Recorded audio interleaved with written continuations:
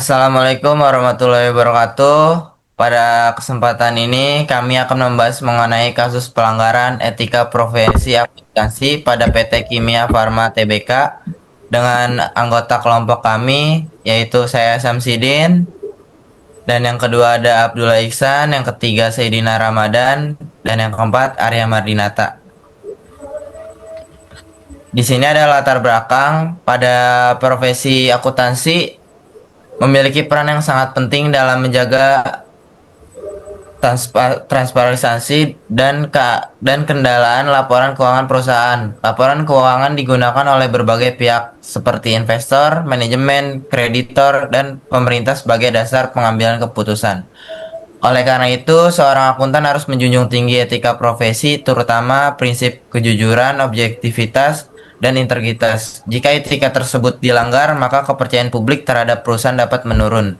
Salah satu contoh kasus yang cukup terkenal di Indonesia adalah kasus manipulasi laporan keuangan PT Kimia Farma Tbk pada tahun 2001 yang menjadi pembelajaran penting bagi dunia akuntansi. Dan di sini ada rumusan masalah. Yang pertama itu bagaimana kronologi kasus PT Kimia Farma Tbk, dan yang kedua ada prinsip etika apa saja yang dilanggar, yang ketiga apa dampak dari pelanggaran etika tersebut, dan yang keempat bagaimana solusi untuk mencegah kasus serupa. Dan yang keempat ada tujuan mengetahui kronologi kasus pelanggaran etika di PT Kimia Farma Tbk, dan yang kedua menganalisis pelanggaran prinsip etika profesi akuntansi, dan yang ketiga mengetahui dampak dari pelanggaran tersebut, dan yang keempat memberikan solusi dan rekomendasi. Setelah memahami latar belakang rumusan masalah serta tujuan pembahasan, selanjutnya kita akan masuk ke pembahasan utama mengenai kronologi kasus PT Kimia Farma Tbk yang akan dijelaskan oleh Arya Mardinata. Pengertian etika dan moral. Etika yang pertama ilmu yang membahas tentang baik dan buruk perilaku manusia. Yang kedua menjadi pedoman dalam bertindak secara profesional. Dan moral, nilai atau kebiasaan masyarakat mengenai tindakan yang benar dan salah. Etika adalah ilmu yang membahas tentang baik dan buruk perilaku. Intinya, etika berfungsi sebagai pedoman berpikir dan bertindak, sedangkan moral berasal dari nilai-nilai yang dianut masyarakat. Selanjutnya, prinsip etika akuntansi. Menurut Ikatan Akuntansi Indonesia, IAI, yang pertama integritas, yang kedua objektivitas, yang ketiga kompetensi profesional dan kehati-hatian, yang keempat kerahasiaan, dan yang kelima perilaku profesional. Selanjutnya ada IFAK juga menekankan yang pertama kejujuran, yang kedua independensi, yang ketiga kepatuhan terhadap aturan. Intinya, akuntan harus bekerja secara jujur, profesional, dan mematuhi kode etik yang berlaku.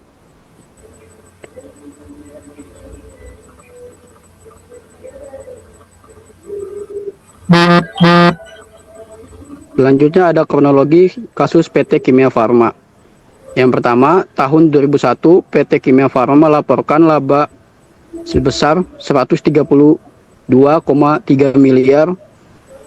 Setelah audit ulang oleh Bapepam, laba sebenarnya sekitar 100 miliar. Yang ketiga, terjadi manipulasi data penjualan dan persediaan. Dan yang terakhir, nilai persediaan di beberapa unit distribusi sengaja digelembungkan. Intinya, kasus ini menunjukkan adanya pelanggaran etika akuntansi karena laporan keuangan tidak mencerminkan kondisi yang sebenarnya.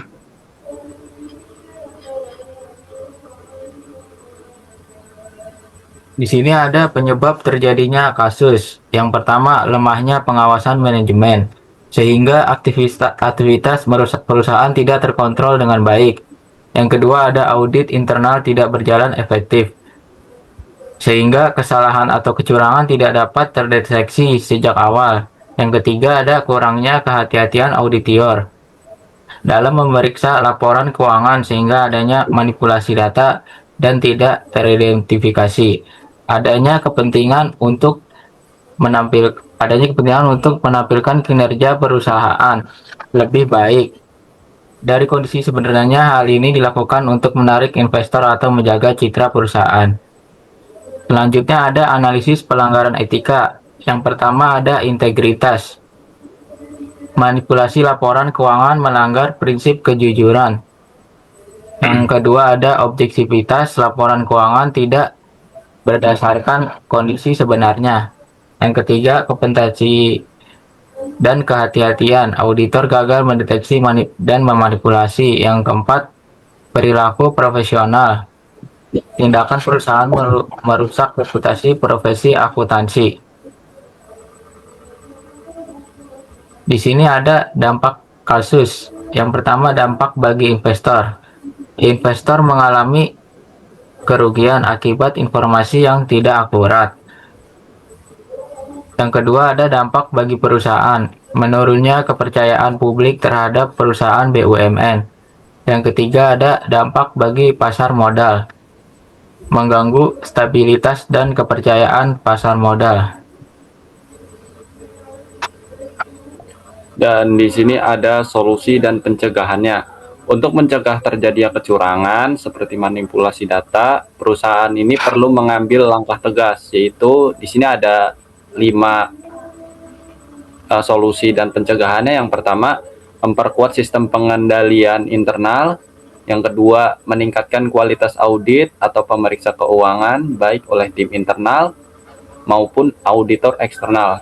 Yang ketiga, rutin mengadakan pelatihan tentang etika profesi bagi karyawan. Yang keempat, memberikan hukuman atau sanksi yang tegas bagi siapa saja yang melakukan pelanggaran. Yang kelima, membuat laporan keuangan yang lebih transparansi. Dan di sini terdapat kesimpulannya.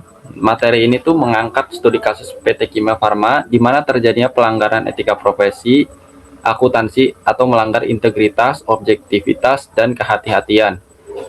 Adanya manipulasi laporan keuangan pada kasus tersebut berakibat fatal karena merugikan investor secara finansial dan merusak kepercayaan masyarakat terhadap perusahaan maupun akuntan. Next.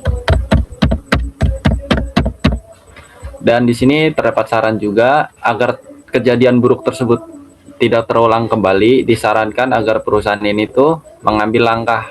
Terdapat 3. Yang pertama, lebih memperketat sistem pengawasan internalnya. Yang kedua, terus meningkatkan transparansi atau keterbukaan terkait laporan keuangan. Yang ketiga, memastikan dan mengawasi agar seluruh karyawan beserta auditor benar-benar mematuhi kode etik profesi dalam bekerja. Dan singkatnya, inti dari presentasi ini menekankan pentingnya kejujuran etika dan pengawasan yang ketat dalam menyusun laporan keuangan agar tidak merugikan banyak pihak.